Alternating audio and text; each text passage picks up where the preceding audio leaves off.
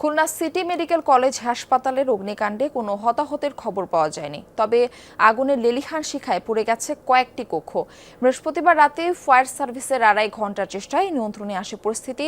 এখন খতিয়ে দেখা হচ্ছে ক্ষয়ক্ষতির পরিমাণ।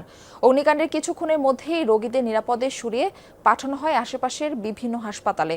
ধারণা করা হচ্ছে নিচতলার জেনারেটর রুম থেকে আগুনের সূত্রপাত।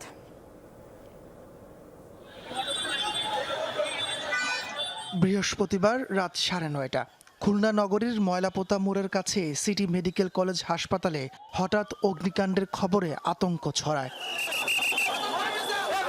মুহূর্তেই ধোঁয়ায় ছেয়ে যায় হাসপাতালের 15 তলা ভবন। আতঙ্কিত হয়ে পড়েন রোগী ও স্বজনরা। বেসমেন্টে হঠাৎ করে একটা বাস্ট হয়েছে, কিছু একটা মনে হয় কিছু একটা পাইপ লিক করছে। আমি ওইখান থেকে দৌড়াই গেছি, আমরা 2-3 জন যাওয়ার পরে আর কি ওইখান থেকে ধোঁয়া বেরোনো শুরু করছে। রোগী যারা আছে, রোগীর স্বজনদের উপরে যারা ছুটোছুটি করছে, ধোঁয়ার কারণে মানুষজন বেশি প্যানিক হয়ে গেছে। আমরা 12 জনে ছিলাম আইসিইউতে, ওখান থেকে দাদাকে নামায় আনলাম এবং খুব ঝামেলার ভিতর ছিলাম। আগুন থেকে বাঁচাতে হাসপাতালে ভর্তি রোগীদের নিরাপদে সরিয়ে নেওয়া হয়। পরে আশপাশের বিভিন্ন হাসপাতালে পাঠানো হয় তাদের। পেশেন্ট মারা যায়নি, আমরা সাধ্যমতো চেষ্টা করছি। আইসিইউ সব রোগী বেরোনোর পরে আমরা বেরোইছি। এখন প্লিজ এখন কোনো কথা বলতে পারবো না, এখন কোনো কথা বলার অবস্থার মধ্যে নাই। কথা জানাবো, আপনাদেরকে জানাবো। খবর পেয়ে ফায়ার সার্ভিসের 12টি ইউনিট ঘটনাস্থলে পৌঁছে আগুন নিয়ন্ত্রণে কাজ শুরু করে। প্রায় 2.5 ঘন্টার চেষ্টায় নিয়ন্ত্রণে আসে পরিস্থিতি। প্রাথমিক ধারণা, নিচতলার জেনারেটর রুম থেকেই আগুনের সূত্রপাত। যে আগুন যদি একবার উপরের দিকে ওঠে, সে আগুন নিয়ন্ত্রণে রাখা যায় না।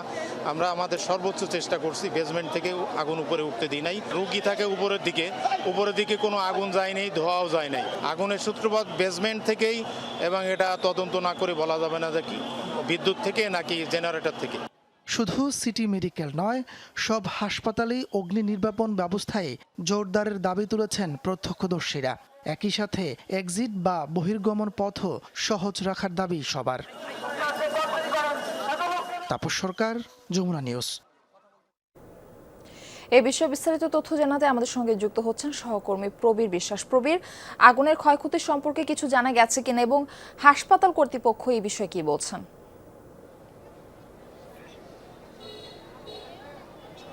মার্ফি, আমরা রয়েছি হাসপাতালের সামনে এবং গতকাল রাত 9:30টার ঘটনা। হঠাৎ করেই আমরা যদি একটু দেখাই যে 15 তলা এই হাসপাতালের বাম পাশের যে জেনারেটর কক্ষটি রয়েছে, এখনও পর্যন্ত ফায়ার সার্ভিসের পক্ষ থেকে বলা হচ্ছে ওখান থেকে আগুনের সূত্রপাত ঘটেছে। তবে সেই আগুনটা ওইখান থেকে খুব বেশি দূরে যায়নি, কিন্তু ধোঁয়ায় আচ্ছন্ন হয়ে পড়ে গোটা হাসপাতালের 16 তলা হাসপাতাল, এবং এটি এয়ার টাইট হসপিটাল। এর বেশি সংখ্যক জায়গায় শীতাতাপ নিয়ন্ত্রিত। সে কারণে যে ধোঁয়াটা ভিতরে উৎপাদিত হয়েছিল সেই ধোঁয়াটা বেরোতে পারেনি, এটাই ছিল বড় অসুবিধা।